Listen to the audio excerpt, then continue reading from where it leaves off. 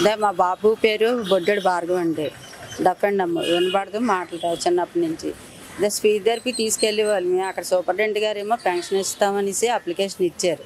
Application పెట్టుకున్నాం, మధ్యలో sanction అయింది. వచ్చేది ఇదే జగన్ ప్రభుత్వం వచ్చిన తర్వాత ఏదో కారణాలు, కరెంట్ ఎక్కువ వచ్చింది, లేదంటే మీకు తండ్రికి ఇల్లు ఉందనేసి తీశారు. 3 సంవత్సరాల నుంచి స్పందనలు కూడా పెట్టానండి. అలా తిరుగుతూనే ఉన్నాను సచివాలయంలో. అది అవ్వట్లేదు. ఈ మధ్య మ్యారేజ్ కూడా అయ్యింది, పాప పుట్టింది.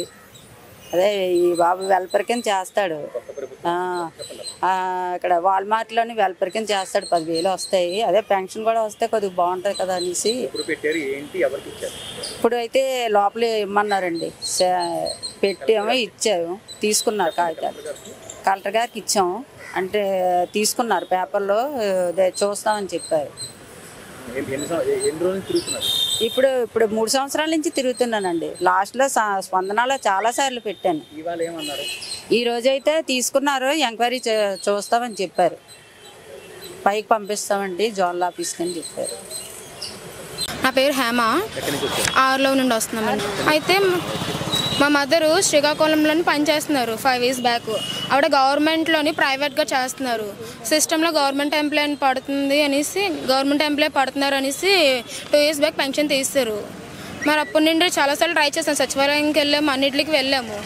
బట్ ఇంకా దేనికి ప్రయోజనం లేదమ్మా, ఇంకా రాదని చెప్పేసి తీస్తారు.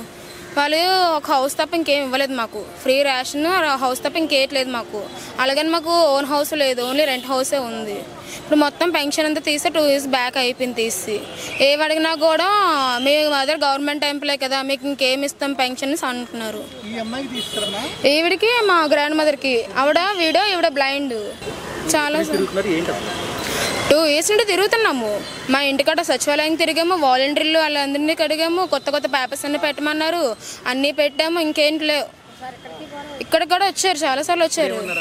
ఇప్పుడైతే పేపర్లన్నీ తీసుకున్నారు. 4 days తర్వాత ఇంటికి లెటర్ వస్తుందమ్మా అన్నారు, గవర్నమెంట్కి చూపిస్తామని చెప్పారు వాళ్ళు.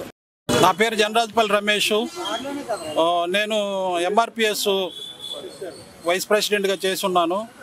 నాకు మిదిలాపూర్ ఉడా వికలాంగుల కాలనీలో ప్లాట్ నెంబర్ 83 అనేక ఆధారాలతోనూ మున్సిపల్ ట్యాక్స్, కరెంటు బిల్లు మరియు రెవెన్యూ రిపోర్టు, ఇవన్నీ ఆధారాలతో నేను ఉంటుండగా ఈ వైఎస్ఆర్సీపీ గవర్నమెంట్ రాగానే కోడెల శివప్రసాద్ ఏ విధంగా అయితే చనిపోయాడో, ఆత్మహత్య చేసుకొని ఆ విధంగా నువ్వు చనిపోతావు, నీ మీద థ్రెట్టింగ్ ఆ విధంగా పెడతానని గతంలో ఒక ఎఫ్ఐఆర్ ఫైల్ చేశారు. దాంతోపాటు స్టేషన్లకి 3 సార్లు పిలిపించి బైండ్ ఓవర్ కేసులు పెట్టి నన్ను అనేకమైన ఇబ్బందులకు గురి చేసి, నా స్థలం సంబంధించి ఖాళీ స్టాంప్ పేపర్ మీద సంతకాలు పెట్టించి నా దగ్గర నుండి తీసుకున్నారు.